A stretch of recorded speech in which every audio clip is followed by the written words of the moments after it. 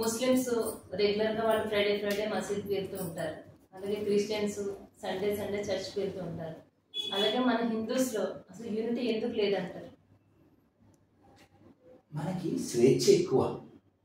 ఆ స్వేచ్ఛ మన పూర్వీకులు మనకి ఇచ్చారు. మీకు ఇందాక చెప్పాను కదమ్మా, నీ మీద నా నియంత్రణ ఏమిటి కదా.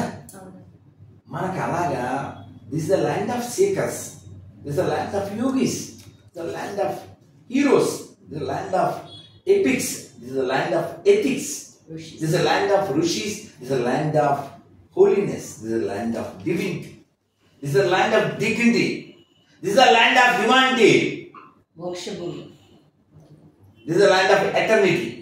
అయితే మీకు ఇంత చెప్పాను, ఏకం సత్ విప్ర బహుదా వదంతి, ఒకటే సత్యం, దాన్ని చాలా మార్గాల్లో తెలుసుకోవచ్చు, నువ్వు ప్రయత్నం చెయ్యని చెప్పాను. ఆడ వండి పెట్టాను తినేయాలి ఇప్పుడు లేదు. మనకి వాళ్ళ మతాలు ఏంటంటే ఆల్రెడీ వాళ్ళు కన్నా దేవుడికి బొడ్డుకోసి పేరు పెడిచారు, నువ్వు ఆ పేరు కానీ పిలవాలి. ఇప్పుడు మీకు ఫోన్ చేశాను, మీ ముందు ఇద్దరికి ప్రయత్నాలు చెప్పాను, చేసిరని చెప్పాను. వాళ్ళ దగ్గర నుంచి ఏ రిప్లేషన్ మీరు చూశారు. మళ్ళీ వాళ్ళ పేర్లు మన పేర్లే. అంటే ఏ వ్యక్తితే జనం కిందకి వెళ్ళిపోతారో దాన్ని మనం వ్యతిరేకిస్తున్నాం. అయితే వాళ్ళు ఒక వ్యతిరేక నకారాత్మకమైనటువంటి మతాల్లో ఉన్నప్పటికీ వాళ్ళకి ఒక సిస్టమ్ ఉంది. ఆ సిస్టమ్ వల్ల వాళ్ళకి యూనిటీ ఉంది. ఆ యూనిటీ వలన ప్రపంచంలో వాళ్ళు పాతుకుపోయారు. మనకి అసలు వైరాగ్యం ఒకటి నేర్పారు, వైరం నేర్పలేదు. మన ప్రపంచంలో అతి పురాతన, మీరు కొట్టని నెట్లో కొట్టినా అవుతుంది, మీరు ఆర్కియాలజీ ఎవిడెన్స్ చూసినా కూడా ప్రపంచంలో పురాతన మతం ఏది మనదే. మరి అంచేత నీకు సంబంధించిన రుజువులు ఉన్నాయి కదా, నువ్వెందుకు లేవు అన్నారనుకోండి, మనకి ఇన్సిస్ట్ చేసి నువ్వు ఇగో నువ్వు కానీ రాములోని మొక్కలేదా అది లేదు. మధ్యాహ్నం ఎవరో కుదిరమ్మా ఎక్కడి నుంచి వైజాగ్ నుంచి ఏదేదో వాగాడు వాట్సాప్లోకి వచ్చి, నేను చెప్పాను. అతను ఏం వాగాడంటే, పేరు ఒక్క నిమిషం వీలైతే మీకు వినిపిద్దామని మధ్యాహ్నమే ఏమని వాగాడంటే, నువ్వు 3 చెక్కల మీద ఏలాడ తీసినోడిని దేవుడు కాదంటున్నావు, మరి పెళ్ళాన్ని అడవిలో రక్షించుకోలేని వాడు దేవుడు ఎలా అవుతాడు అన్నాడు. అంటే రాముడిని ఉద్దేశించి నేను చెప్పాను, రాముడిని నువ్వు నమ్మకపోయినా పర్లేదే, నేను చెప్తున్నాను యాజ్ ఎ హిందూ, యేసు నమ్మకపోయినా పర్లేదని చెప్పు, చెప్తే మొత్తం వ్యాపారం పడుకోండి. ఇప్పుడు మనం ఉన్నామా, ఇక్కడ ఇంతమంది ఉన్నాం, మనం అందరం కూడా ప్రతిజ్ఞ చేయగలం, నేను నమ్మిన రాముడిని, నేను నమ్మిన కృష్ణుడిని, నేను నమ్మిన శివుని. ఇప్పుడు గుళ్ళోకి మీరు వెళ్ళేటప్పుడు దండం పెట్టుకోండి, అమ్మవారి శాకాంబరి అవతారం అద్భుతంగా ఎండి కూరగాయలు తెచ్చారు, అలంకారం జరుగుతుంది. అక్కడ రాముడు గారు దండం పెట్టుకున్నా, శివుడు దండం పెట్టుకున్నా, గణపతి దండం పెట్టుకున్నా, కాలవారి దండం పెట్టుకున్నా, హనుమంతుడి దండం పెట్టుకున్నా, అమ్మవారి దండం పెట్టుకుని వచ్చాను. ప్రణామం చేసి మరి సాష్టాంగం చేసి మరి మనం ఏమంటున్నామంటే భగవంతుడు ఉన్నాడు అంటున్నాం, లేడని చెప్పట్లే. ఆ భగవంతుడికి చాలా పేర్లు ఉన్నాయి అంటున్నాం. ఇప్పుడు మనం అందరం ప్రతిజ్ఞ చేయగలం, నేను నమ్మినటువంటి రాముడిని, శివుడిని, కృష్ణుని, అమ్మవారిని ఇతరులు నమ్మకపోయినా పర్వాలేదు చెప్పగలమా లేదా? మనకి ఇలా కొంచెంసేపు టైం తీసుకోవడం ఏం లేదు మనకి. ఎందుకంటే మన కాన్సెప్ట్ ఏంటి, ఎవరిష్టం వాళ్ళది. భగవంతుని వాడు తెలుసుకోవాలి తప్ప మనం వండి అక్కడ పెట్టి తినేయాలి అని చెప్పం మనం.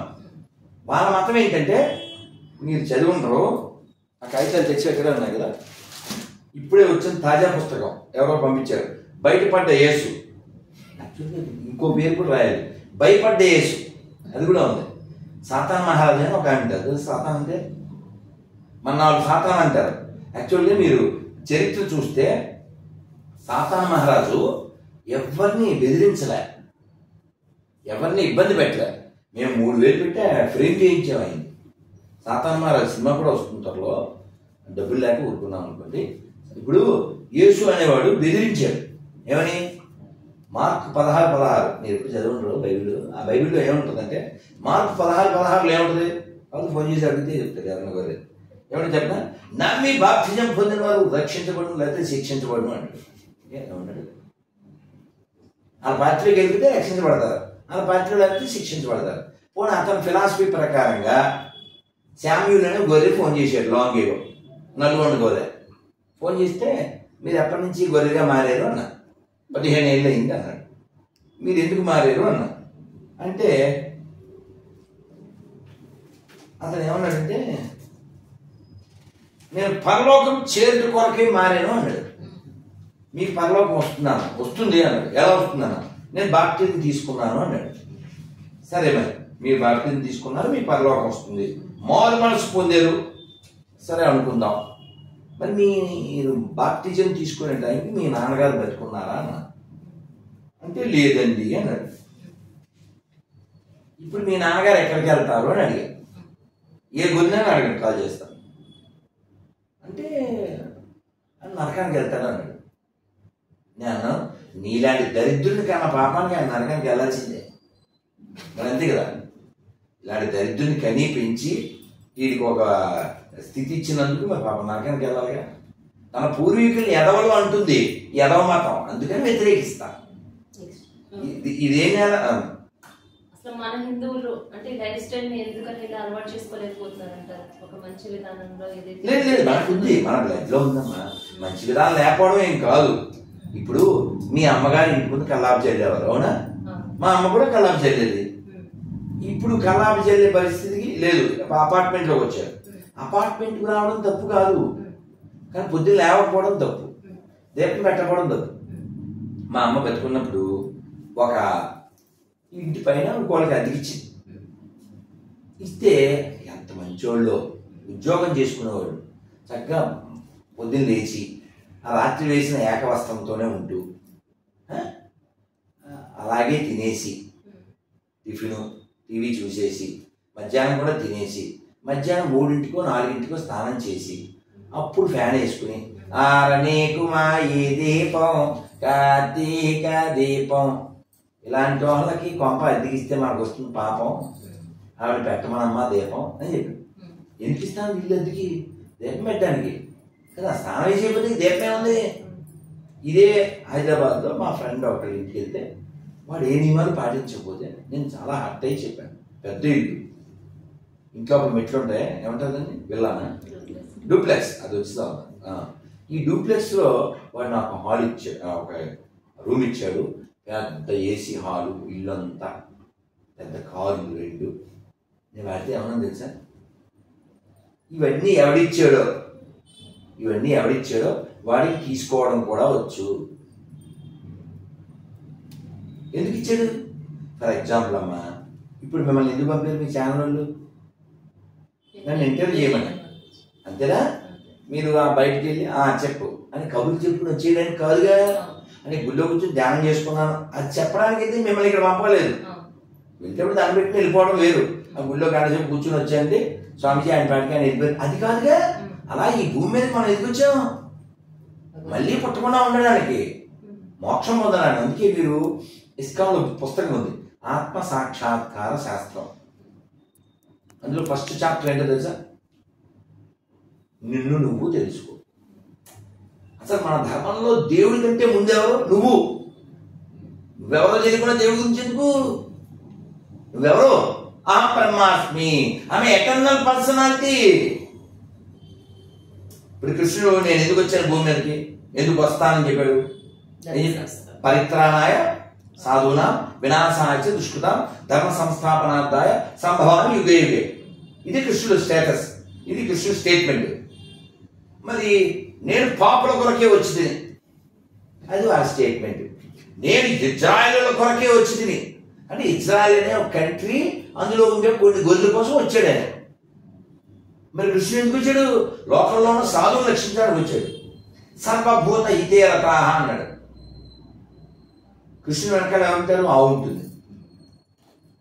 ఆవుని ఏ కృష్ణ భక్తులు వధించడాన్ని హింసించడాన్ని ఒప్పుకోరు కదా. అంతెందుకు మన తిరుమల వెంకటేశ్వర స్వామి దెబ్బ తగిలింది, ఎవరో ఒక ఆయన కొట్టాడు. ఎందుకు కొట్టాడు? ఎవరిని కొట్టబోతే దెబ్బ తగిలింది? ఆవును కొట్టబోతే. అంటే ఆవు నాకంటే ముఖ్యమైంది అని వెంకటేశ్వర చెప్పడానికి దెబ్బతిన్నారుగా. అలాంటి వాళ్ళు నేను తప్పిపోయిన గొర్రె పిల్లల కొరకే వచ్చి అంటాడు, రోజు గొర్రెలు కోసి తినేస్తుంటాడు. సింక్ లేదు, లింక్ లేదు, బాధ్యత లేదు. ఇంకోటి, మీరు బయట చదవలేదుగా, ఇవన్నీ చదివితే తెల్లారిపోద్ది. అందులో నేను చెప్పేస్తున్నాను. అందుకు వాళ్ళు ఏం చెప్పంటే, నేను భూమి మీదకి శాంతి పంచుటకే రాలేదు, నేను తల్లికి తండ్రికి కుమారుడికి కుమార్తెను కోడలికి మామకి నేను వ్యతిరేకాన్ని అగ్ని పంచడానికి వచ్చాను. కాబట్టి మన దేశం అంటే దేనికమ్మా? Our country is iconic for what? కుటుంబ వ్యవస్థ. ప్రపంచం అంతా వసుదైవ కుటుంబకం అని చెప్పింది మన దేశం. అసలు ఒక మంచి అమలైనటువంటిదే వాళ్ళ మతాలు. నేను అడిగిన క్వశ్చన్స్లో లిస్ట్లో ఉంటుంది చూడండి. కావాలి తర్వాత ఏముంటుంది? మీ మతంలో మంచి అమ్మ ఉందా అని అడుగుతాను. అమ్మలేకపోతే మనం లేగా మాతృదేవోభవ, ఇది కదా మన కాన్సెప్ట్. కాబట్టి ఈ కాన్సెప్ట్ని ఎవరు నాశనం చేద్దాం అనుకుంటాడో వాళ్ళని మేము వ్యతిరేకిస్తాం. మాకు అమ్మ కావాలి. గురుగారు, అలాగే మన ఆధ్యాత్మికతను కాపాడుకోవడం ఎలా? అదంతా పిల్లల మీద తల్లుల మీద ఉంది. అంటే యూత్ కి మీరు ఇచ్చే సందేశం ననియమో నశ్రేయ. దేవుడు నమ్మను అనేటువంటి వాళ్ళకి, ఆ దేవుడు నమ్మననేవాడు మన హిందువులు పుట్టాడే అంటాడు. ముస్లింలో నాస్తికులు ఉండరు, క్రైస్తవుల్లో నాస్తికులు ఉండరు. నేను చెప్పాను మీకు ముందే, మన వాళ్ళకి ఏంటి అతి స్వేచ్ఛ. ఎందుకు? నిన్న మన 2 రోజుల క్రితం ఎవరో తల్లి ఫోన్ చేసి ఏడుస్తుంది. ఎందుకు? కొడుకుని చదువుకోవాలని హైదరాబాద్ పంపించింది. ఎక్కడ ఏదో కరీంనగర్ నుంచి. వాడు ఇక్కడ గంజాయి పిచ్చోడిపోయాడు. తప్పేవాడిది? పొద్దున్న లేవగానే సూర్యుడికి నమస్కారం చేయాలి, స్నానం అయ్యాక బొట్టు పెట్టుకోవాలి, ఓ 10 నిమిషాలు మంత్రం జపం చేయాలి, సాయంత్రం భగవద్గీత చదివి పడుకోవాలి. ఎవరు నేర్పాలి? నువ్వేం నేర్పావు? బాగా చదువుకుని ఇప్పుడు నేను గుళ్ళో తిన్నానా వస్తుంటే అక్కడ పని చేసే ఆవిడ క్వశ్చన్ అడిగింది. ఇప్పుడే అమ్మవారికి చెప్పని వచ్చేసాను, ఇక్కడ మీరు వెయిట్ చేస్తున్నాను. ఏమని అడిగింది? ఇప్పుడే జస్ట్, స్వామి అమ్మ 9 కొడుకుల్ని 9 పిల్లల్ని కని పెంచి పెళ్లి చేసి పెద్ద చేద్దాం కదా, మరి ఆ ఒక్క తల్లిని 9లో ఒక్కరో చూడరేంటి స్వామి అని అడిగింది. అదే ఏంటి ఏం చేశారు? ఇప్పుడు teachers day, mothers day, fathers day ఇవన్నీ ఎవరివి? వాళ్ళవి. మనకి అలా జన్మానికి ఒకసారి, సంవత్సరానికి ఒకసారి అమ్మకి దండం పెట్టడం మనకి లేదు. రోజు అమ్మకి దండం పెట్టడం. Matrudevobhava. This is the land of Shankara, this is the land of Ramanuja, this is the land of Madhvacharya. వాళ్ళ అమ్మ వెళ్ళిపోతుంది. శంకర్ల వారు అమ్మ పిలువ వస్తా అన్నారు. వచ్చారు లేదా? వచ్చి మాతృపంచకం చెప్పారు. మాతృపంచకం చదవని ఏడుస్తారు. నేను వెక్కి ఏడ్చి. అంత గొప్పవాళ్ళు పుట్టింది నేల మీద. ఈ వృద్ధాశ్రమాలు ఏంటి? ఈ ఒక్క హైదరాబాద్లో 450 పైన ఉన్నాయంట. అన్యాయం కదా? హిందువులకు మాత్రమే అంటే మోక్ష మార్గం ఉంటుందని గరుడ పురాణంలో ఉంది. దీని గురించి ఏం చెప్తారు? అలా రాశారా? హిందువులని రాశారా? మన గ్రంథాల్లో అలా ఉండదు. జీవుడు, విష్ణుమూర్తి జీవుడి గురించి మాట్లాడతారు. భగవద్గీత జీవుడి గురించి మాట్లాడుతుంది. రామాయణం జీవుడి గురించి మాట్లాడుతుంది. మీరు ఎంఎస్ రామారావు గారిది హనుమాన్ చాలీసా విన్నారు లేదా? విన్నారు, కానీ నేను పాడితే ఆహా అంటారు. ఆయన తెలియదు అంతే. లక్ష్మణమూర్ఛతో రాముడడలగా సంజీవి తెచ్చిన ప్రాణప్రదాత, సీతారాముల నగముల గనిరి ముల్లోకాల హారతులందిరి, అంతులేని ఆనందాశ్రువులే అయోధ్యాపురి పొంగి పొరలే. శ్రీ హనుమాను గురు దేవు చరణములు, ఇహపర సాధక శరణములు. బుద్ధిహీనతను కలిగిన తనువులు, బుద్భుదములని తెలుపు సత్యములు. ఎంత బాగుంటుందమ్మా. విషయం ఏంటంటే, శ్రీ భాష్యం అప్పలాచార్యులు వారి పేరు విన్నారా? మహానుభావులు. వారు లేరు భూమి మీద. 1922లో పుట్టారు. 2021లో ఎప్పుడో వెళ్ళిపోయారు. కొంచెం 100 ఏళ్ళు జీవించారు. మహానుభావుడు. ఆయన జీవించుంటే రోజు పాదాలు పాలతో కడగాలి. ఆయన ఎంత వినయంగా చెప్తారు. మీరు ఒకసారి యూట్యూబ్లో కొట్టండి, వినండి, రోజు వినండి. నేను విన్నదే వింటా. అంత గొప్ప ఆయన. వారు అంటారు, అంటే శాస్త్రంలో ఉన్నదే. సింహాచల శాస్త్రి గారు గొప్ప హరికథలు వారు చెప్తారు. రామాయణంలో వాల్మీకి చెప్పిన మాట ఏమిటంటే, మన మనస్సు రావణుడు, ఈ శరీరం లంక, లోపల ఉన్న జీవుడు సీత.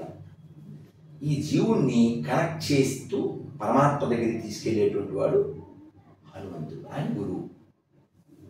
కాబట్టి జీవుడు అంటే సీతాదేవి. సీతాదేవి జీవుడికి ప్రతీక. సీతాదేవిని వెతికాడా? వెతికి న్యూస్ చెప్పాడా?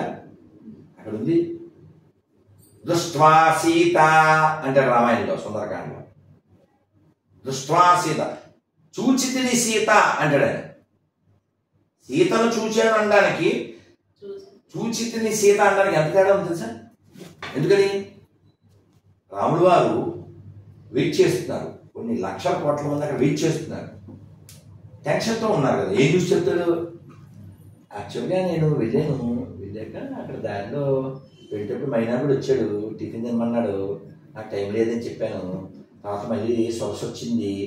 బిగ్ పెరిగిపోతే పెరిగిపోదు. ఇదంతా చెప్పకూడదు. వాళ్ళు ఏ గర్లు దేనికి వెయిట్ చేస్తున్నారు? ఎందుకు వెళ్ళాడు? అది అవునా? అంత బుద్ధిమంతుడు. అందుకే బుద్ధిమాన్. హనుమంతుడి దగ్గరికి ఏం చదవాలి? బుద్ధిర్బలం యశోధైర్యం నిర్భయత్వామరోగద ఆధార్యం వాక్పటుత్వంచ హనుమాత్ స్మరణాన్ భవే. గమనించరా? ఇంటర్వ్యూ మొదల నుంచి అన్ని శ్లోకాలు చెప్తున్నానా? ఎందుకు చెప్తున్నాను? విన్నాను, నేర్చుకున్నాను. ఇప్పుడు గుళ్ళోకి వెళ్ళాను, శ్లోకాలు చెప్పాను. ఎందుకని? శ్లోకం ఎందుకు? శ్లోకం తీస్తుంది. పిల్లలతో సరదాగా చెప్తాను. If you learn A Shloka, you never get any Shloka. If you learn a shloka, you never get any shloka. Then life is keka. Otherwise, you might cut your peka. శ్లోకం నేర్పాలి. శ్లోకంలో మొట్టమొదటి పిల్లలకి ఏం నేర్పాలి? మాతృదేవో భవ, పితృదేవో భవ, ఆచార్య దేవో భవ, అతిథి దేవో భవ. ఇది నేర్పలేదుగా అమ్మా, ఇది నేర్పలేదుగా. అందుకని వాడు ఏమనుకుంటాడు? టీవీ దేవో భవ, ఫేస్బుక్ దేవో భవ, ఇన్స్టాగ్రామ్ దేవో. తప్పెవరదే? బాగా చదువుకో. అక్కడ నాశనం అయిపోయింది. బాగా చదువుకో, కానీ సంస్కారంతో కూడిన చదువుకో. బాగా మార్కులు వచ్చి వాళ్ళ అమ్మని తీసుకెళ్లి ఓల్డేజ్ హోమ్లో వేసేస్తే ఆ చదువు ఎందుకు? ఓల్డేజ్ హోమ్లో ఉన్న వాళ్ళలో ఆ తల్లిదండ్రులు రైతుల తల్లులు కాదు, కూలి వాళ్ళ తల్లులు కాదు, బాగా బలిసిన వాళ్ళ తల్లులే. ఆవిడెవరో యాంకర్ ఉంది, నిరుపమ. ఆవిడ ఇంటర్వ్యూ చేస్తే ఒక ఆవిడ వెక్కి ఏడుస్తుంటే పాపం ఆ నిరుపమ కూడా కళ్ళనీళ్ళు పెట్టుకుంది. కాబట్టి మన విద్యా వ్యవస్థను నాశనం చేశారు, మన దేవాలయ వ్యవస్థను నాశనం చేశారు. కాబట్టి నేను చెప్పేది ఏంటంటే, యువతకైనా పిల్లలకైనా తల్లులకైనా ఎదగండి. ఎలా? శారీరక, మానసిక, ఆధ్యాత్మిక, ఆర్థిక, సామాజిక, రాజకీయ అన్ని రకాలుగా ఎదగండి. ఎదుగుదల ఒక్కటే ప్రపంచానికి ఆన్సర్. ఎదగండి అంతే, అదొక్కటే. జై శ్రీరామ్. ఎంతో వాల్యుబుల్ విషయాలు ఈరోజు మాతో డిస్కస్ చేసినందుకు, ఎంతో విలువైన విషయాలు మాతో చెప్పినందుకు చాలా సంతోషం. ఇంత మంచి అవకాశం కల్పించినందుకు చాలా సంతోషం తల్లి. హరే కృష్ణ తల్లి.